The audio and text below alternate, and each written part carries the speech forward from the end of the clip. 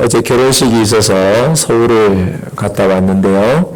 시간이 좀 남아서 그 교회 그 카페에 있는 책을 한 권 빼내다가 이렇게 읽어보게 되었습니다. 근데 그 서문에 그 T국의 어느 선교사님이 그 서문을 이렇게 썼습니다. 나에게 종교가 아닌 생명의 온기를 전해줄 진짜 그리스도인의 모임은 어디에 있는가? 이렇게 서문을 썼더라고요. 그 선교사님의 간절한 마음이 오늘 이 한국 교회를 향한 우리들의 마음인 것 같습니다. 진짜 그리스도인, 진짜 교회, 이것을 우리도 찾고 싶고 또 그러한 교회 가운데 우리가 머물고 싶은 것입니다. 그런 선교사님에게 다가왔던 모험을 보인 한 분이 있었는데 바로 조지 뮬러 목사였습니다. 그래서 그 선교사님이 그 조지 뮬러 목사님의 어떤 삶, 그분의 믿음, 이것을 보면서 도전을 받고 그것을 책으로 쓴 것이죠. 이 조지 뮬러는 우리가 잘 알듯이 1805년 독일에서 태어났습니다. 그의 아버지는 세무관이었습니다. 그런데 어린 시절부터 좋지 못한 성품을 가졌습니다. 그는 어린 시절부터 거짓말을 일삼았고 일찍 노름에 빠졌습니다. 그리고 아버지의 주머니를 상습적으로 뒤졌고 도둑질과 또 불안당 노릇을 하다가 이른 나이에 감옥에도 갔습니다. 도무지 가능성이 없던 그런 아이였죠. 눈에서는 핏줄이 선 눈으로 도박을 하고 있는 이런 조지 뮬러였습니다. 그러던 그에게 새로운 인생의 반전이 찾아왔습니다. 20대 초반에 아주 정기적으로 기도하고 성경 모임을 했던 어느 한 모임에 그가 초대를 받게 되었습니다. 그래서 그를 따라서 누군지는 모르지만 그를 따라서 그 모임에 참여했습니다. 그곳에서 정말 간절하게 기도하는 어느 한 사람을 보게 되고 그 사람의 모습을 보면서 감동을 받았습니다. 그리고 그를 그곳에서 예수를 믿게 된 거죠. 그리고 하나님의 자녀가 되었습니다. 그 후부터 일생을 믿음의 사람, 기도의 사람으로 살았습니다. 이처럼 불안당 같았던 조지 뮬러가 철저한 기도와 믿음 생활을 할 수 있었던 그 원동력이 무엇일까요? 그것은 바로 한마디로 말하면 하나님의 임재를 추구했던 그런 간절한 마음이었습니다. 다윗과 같이 오직 하나님만 구했던 그 한 가지, 원띵, 한 가지 일, 그것만 구한 것입니다. 이것이 그 어린 시절 불황으로 살아왔던 조지 뮬러의 삶을 완전히 바뀌게 만든 것입니다. 하나님을 향한 전적인 신뢰, 하나님만 믿고 하나님만 만나고 그분의 기분을 살피고 그분의 기쁨이 무엇인지를 쫓아 살았던 그의 삶이었습니다. 이것이 뮬러의 원싱이었습니다. 하나님만을 바라보는 것.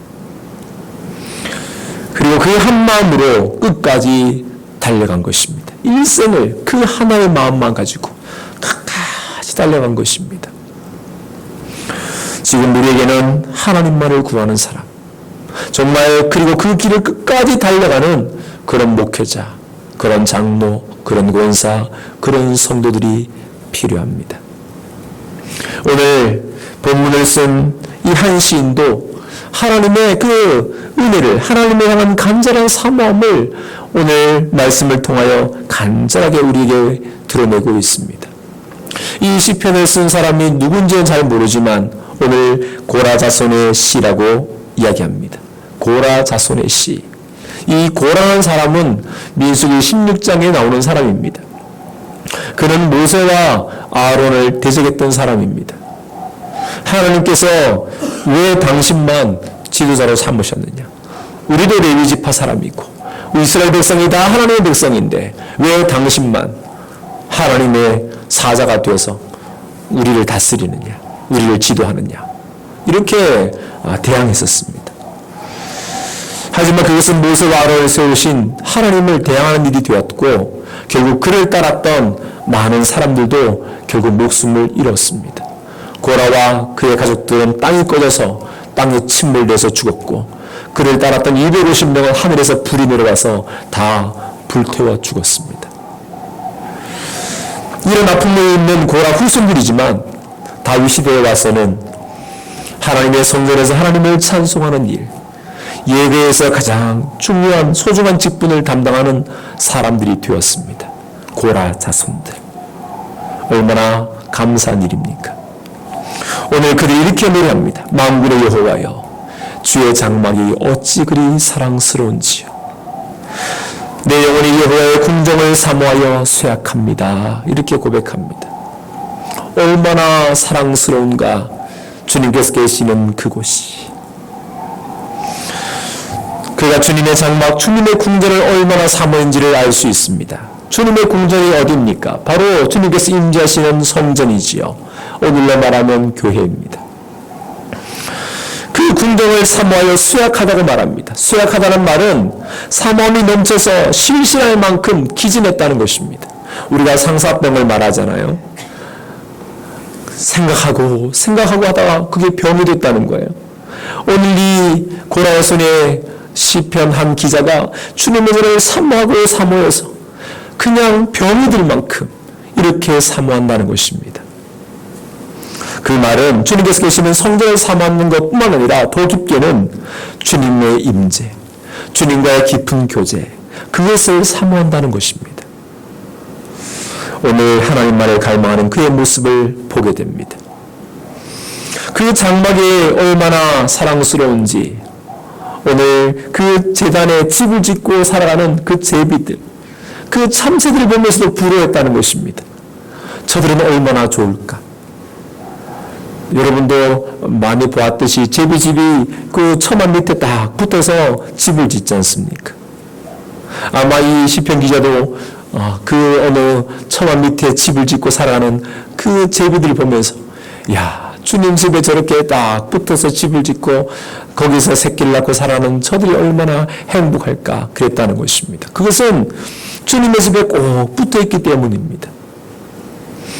하나님께 꼭 붙어있는 사람들이 제일 행복한 사람들입니다. 주님을 떠나서 세상에서 성공하고 돈 벌고 높은 지위와 명예를 갖고 화려한 인생을 사는 것, 물론 그것이 좋아 보이지만 그러나 결국은 헛된 일에 불과합니다. 하지만 주님께 꼭 붙어있는 사람들은 시편 34편 이렇게 말씀합니다. 젊은 사자는 먹을 것이 없어 굶주릴 때가 있어도 여호와를 찾는 자는 모든 좋은 것에 부족함이 없으리라 말씀하셨습니다. 여호와를 찾는 사람들은 모든 좋은 것에 부족함이 없다 말씀하신 거예요. 하나님께서는 예수 그리스도 안에 있는 우리들에게 하늘에 속한 모든 신령한 복을 우리에게 주셨다고 말씀하셨습니다. 그것은 세상이 알 수 없는, 세상에 줄 수 없는 신령한 복입니다. 세상이 아무리 주고 싶어도 줄 수 없는, 세상으로부터 받을 수 없는 복이에요. 그리하여 우리의 날마다 새롭게 하나님의 은혜를 경험하게 되고 그 은혜로 능력 있는 삶을 살게 되는 것입니다. 때문에 우리는 주님의 집에 사는 사람들이 복이 있게 되는 것입니다. 그런 의미에서 이 자리에 참석한 여러분들은 복 있는 사람들입니다. 왜? 우리는 다 같이 모여서 주님을 가까이하고 이렇게 찬송하고 예배하기 때문입니다. 우리 옆에 계신 분께 당신은 복 있는 사람입니다. 이렇게 한번 인사해 볼까요? 네. 네. 행복한 사람, 복 있는 사람입니다. 우리가 무엇을 가까이 하는가, 그것은 대단히 중요합니다. 무엇을 가까이 하는가, 무엇을 가까이 할 것인가. 주님을 가까이 한다는 것은 성전을 가까이 하는 것이고 또 주의 말씀을 가까이 하는 것입니다. 2020년 우리 교단 총회의 주제가 말씀으로 새로워지는 교회입니다. 말씀으로 새로워지는 교회. 말씀을 가까이 해야 하는 것입니다. 말씀 안에 우리 주님의 응답이 있고 말씀 안에 길이 있고 말씀 안에 우리의 문제의 해답이 있는 것입니다. 물론 조언을 하는 사람, 또 지식 있는 사람, 경험이 많은 사람, 그들의 도움도 필요하겠죠. 그러나 그들은 자신의 인생도 알지 못하는 사람들입니다. 누가 우리 인생을 다 알겠습니까? 자기가 가는 길도 모르는 사람이 어떻게 다른 사람의 길을 알려주겠습니까? 오직 하나님만이 이 말씀을 통하여 우리의 길을 알려주시는 것입니다. 말씀을 가까이 할 때 우리는 힘을 얻게 됩니다. 그 힘은 내가 스스로 만들어내는 힘이 아니라 하나님께로부터 오는, 하나님께서 쏟아부어 주시는 힘인 것입니다. 그 힘이 우리를 담대하게 하고 우리에게 모든 것을 가능케 하고 우리에게 승리케 하는 것입니다. 비록 눈물 골짜기를 지나갈지라도 그 속에서 우리는 하나님께서 베풀어 주시는 그 많은 샘 솟는 그 샘들을 발견하게 되는 거예요. 은총의 오아시스를 보게 될 것입니다. 비록 슬픔의 길을 건다 할지라도 하나님은 그 곳곳에 기쁨의 샘들을 숨겨놓고 계시고 우리에게 그것을 허락해 주시는 것입니다. 우리를 위해서 준비해 두신 복된 가을비가 우리 위에 내리게 된다는 것입니다. 그래서 우리의 복을 채워주신다고 말씀합니다. 이스라엘은 가을비는 축복의 비입니다. 우리의 가을비는 농사 후에 내리는 비는 큰 의미가 없다고 생각하지만 이스라엘은 비가 와야 이제 농사를 지을 수 있기 때문입니다. 건기 때는 비가 오지 않아서 땅이 다 메말라 있습니다. 마치 광야처럼 메말라 있는데 이제 가을이 되면 비가 내립니다. 그 비가 내리면 땅이 옥토가 되는 거죠. 그리고 우리가 이제 씨를 심습니다. 우리의 삶이 마치 눈물이 마를 날이 없어서 늘 우울하고 슬픔이 가득하지만 주님은 은총의 샘들을 베풀어 주십니다.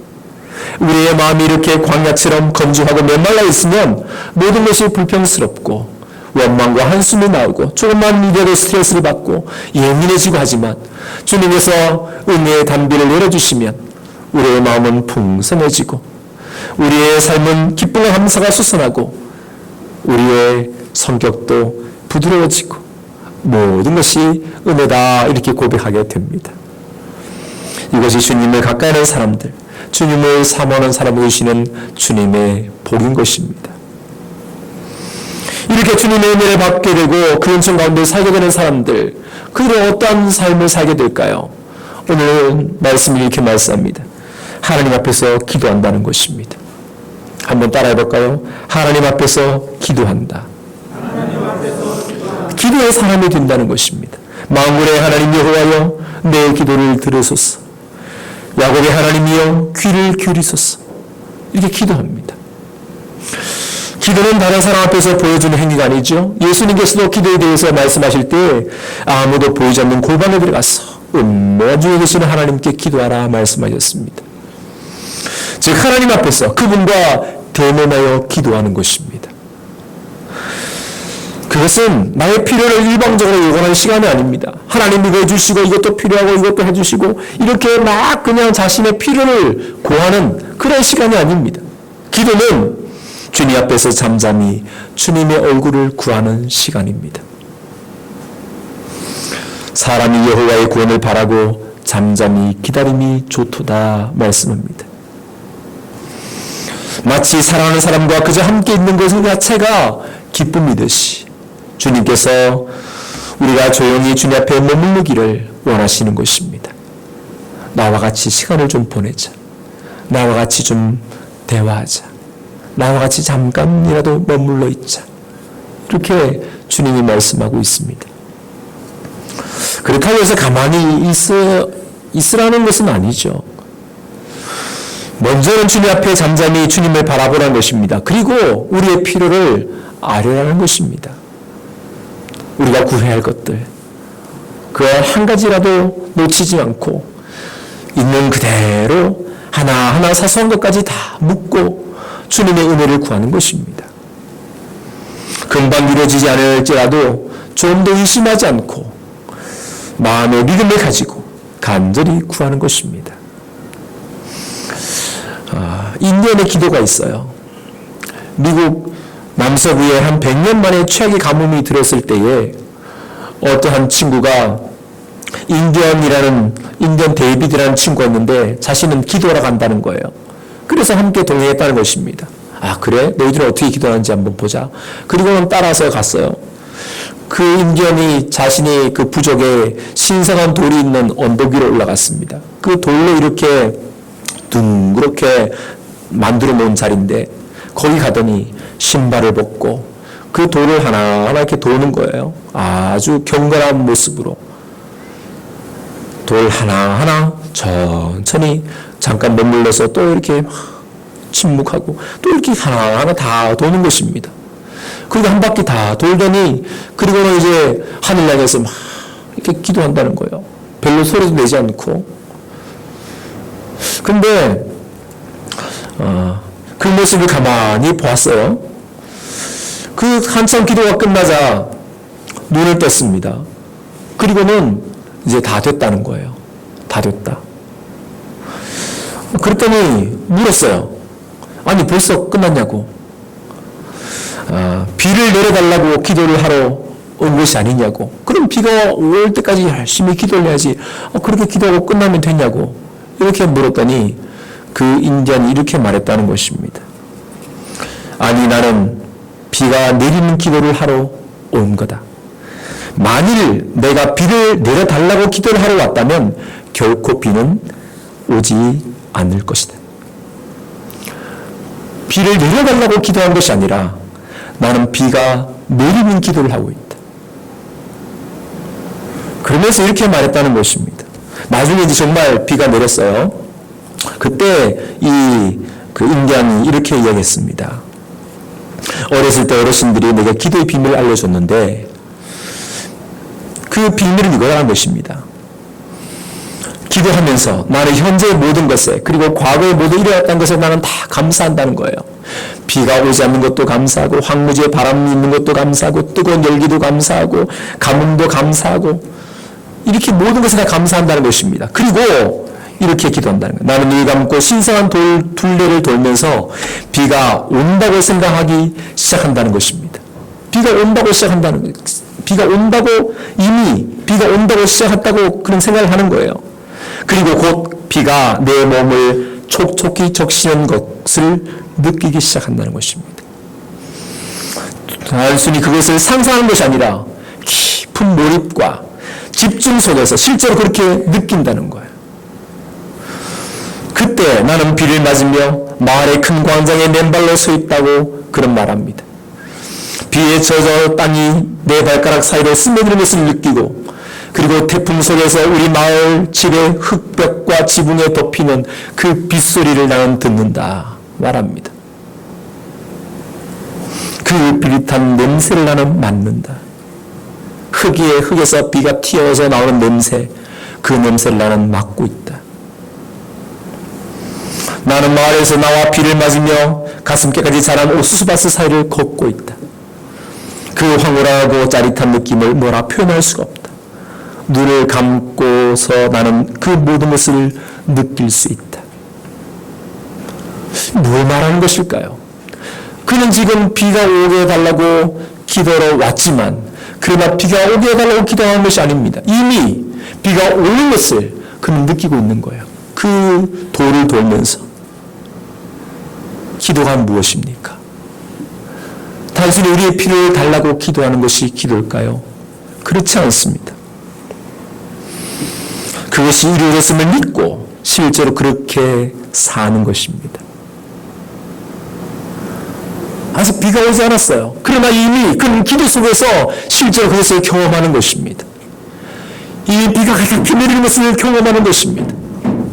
이미 땅이 푹 젖고 이미 옥수수밭이 이렇게 쉼치 않아 자라는 것을 이미 경험하는 것입니다. 예수님께서도 이렇게 말씀하셨습니다.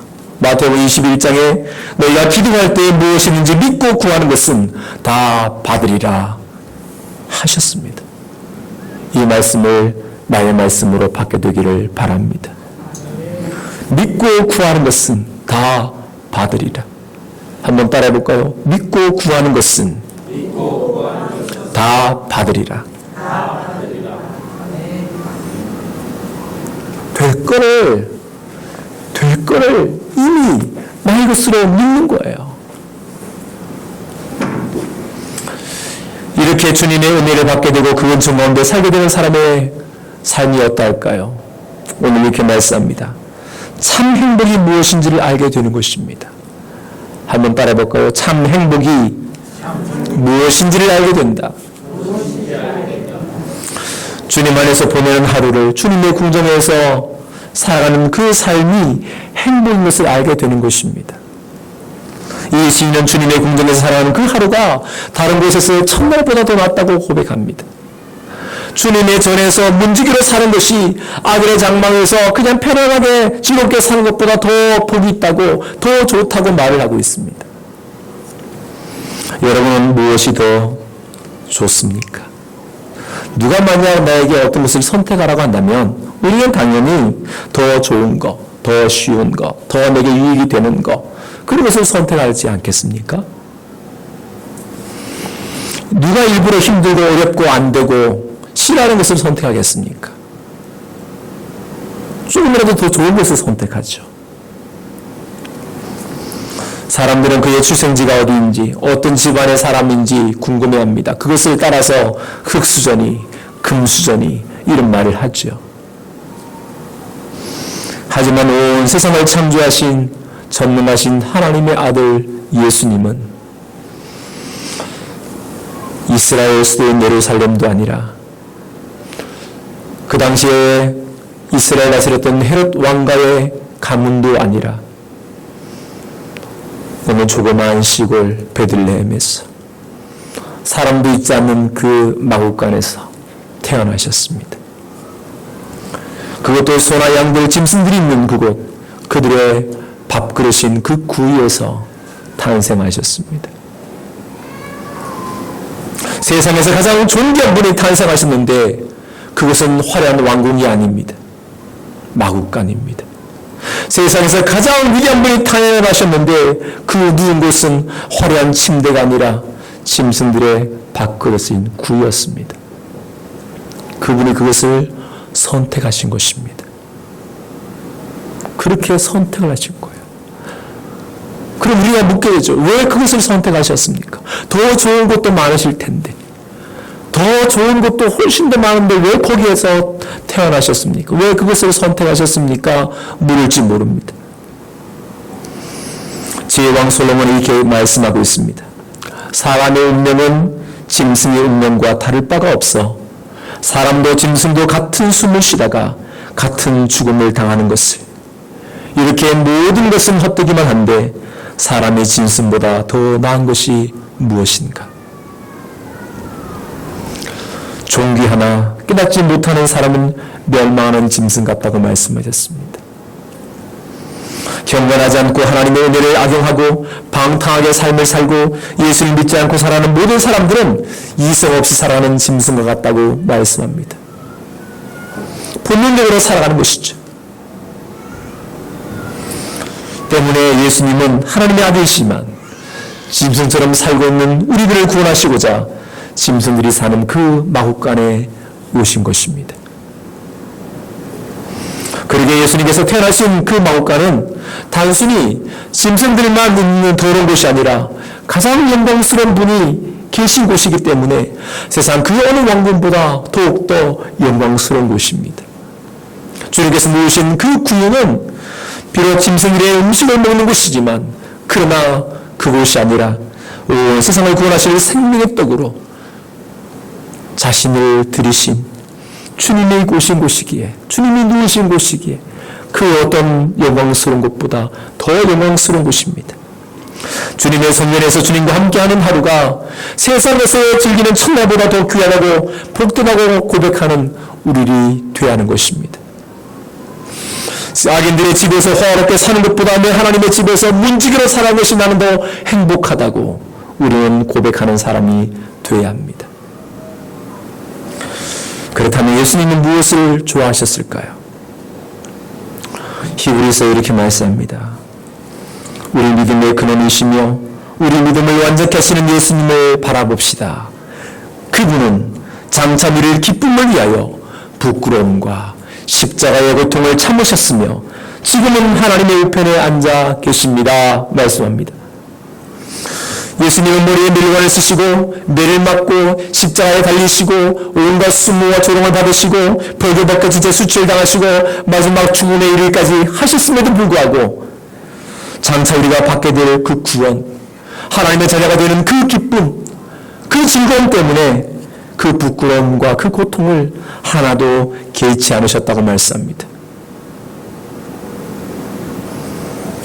벌거벗기고 부끄러움을 당해야 될 주님이시지만, 십자가의 그 고통이 너무나 고통스럽지만 주님은 상관하지 않으셨다는 것입니다.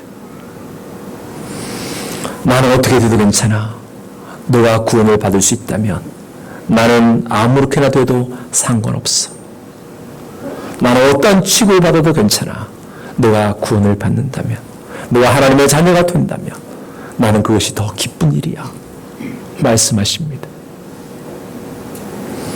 예수님 우리의 모두가 천국에서 영원한 생명 얻기를 원하셨기 때문에 그 모습을 미리 바라보시며 기뻐하셨습니다. 사랑하는 성도 여러분, 성탄을 기다리는 대림절 마지막 주일입니다.